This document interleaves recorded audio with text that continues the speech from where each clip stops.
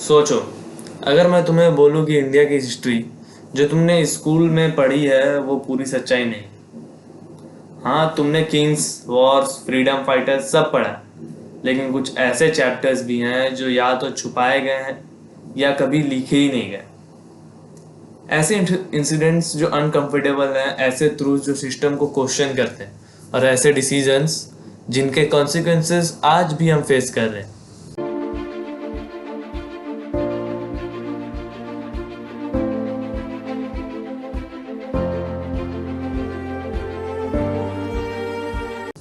आज के इस वीडियो में हम बात करेंगे इंडिया के डार्क सीक्रेट्स, कंट्रोवर्शियल इवेंट्स और वो सच जो टेक्स्ट बुक्स में नहीं मिलता। वीडियो एंड तक देखना, क्योंकि लास्ट स्टोरी तुम्हें लिटरली शॉक कर देगी।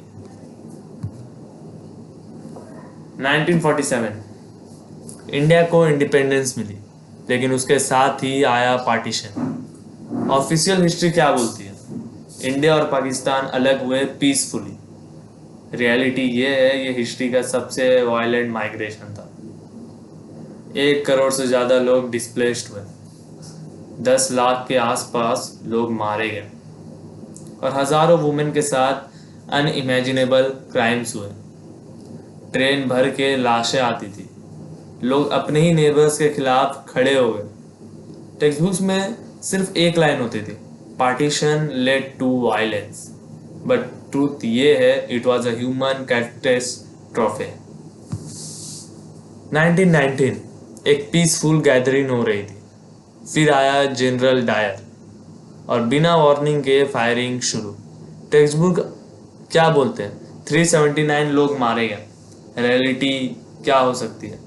1000+ डेथ्स का एस्टीमेट है। एग्जिट गेट्स बंद थे, लोग भागने की जगह नहीं थी। कुछ लोग वेल में कूद गए जान बचाने के लिए। यह सिर्फ मसक्कर नहीं था, ये एक प्लान्ड ब्रूटैलिटी थी। ऑफिशियल वर्जन, प्लेन क्रैश में डेथ हो गई, नेताजी सुभाष चंद्र बोस की, लेकिन बॉडी कभी प्रॉपरली आइडेंटिफाई नहीं हुई। मल्टीपल साइटिंग्स डिकेड्स तक रिपोर्ट हुई। सीक्रेट फाइल्स डिकेड्स तक क्लासिफाइड रही। कुछ थ्योरीज कहते हैं वो यूएसएसआर में थे, ये इंडिया में डिस्गस में रहे थे। सवाल ये है, अगर सच सिंपल है तो फाइल्स इतनी देर तक हिडन क्यों थी? इंदिरा गांधी की असैसिनेशन के बाद दिल्ली और दूसरे सिटीज में सिख कम्युनिटी के अगेंस्ट ब्रूटल वायलेंस हुआ। 3000+ लोग मारे गए, घर जलाए गए और पुलिस ने काफ़ी जगह इंटरवेन नहीं किया। सबसे शॉकिंग पार्ट, बहुत सारे कल्प्रिट्स कभी पनिश नहीं हुए। ये सिर्फ राइट नहीं था, ये एक सिस्टम फेलियर था। 1975 इंडिया ने देखा अपना सबसे डार्क पॉलिटिकल फेज।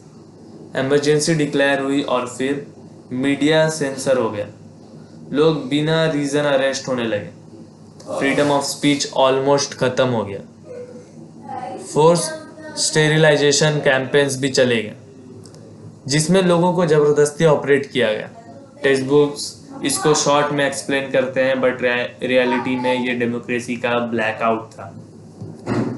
1984 एक गैस लीक और हज़ारों जिंदगियां ख़त्म। 3000+ इमीडिएट डेथ्स, 5 लाख लोग अफेक्टेड।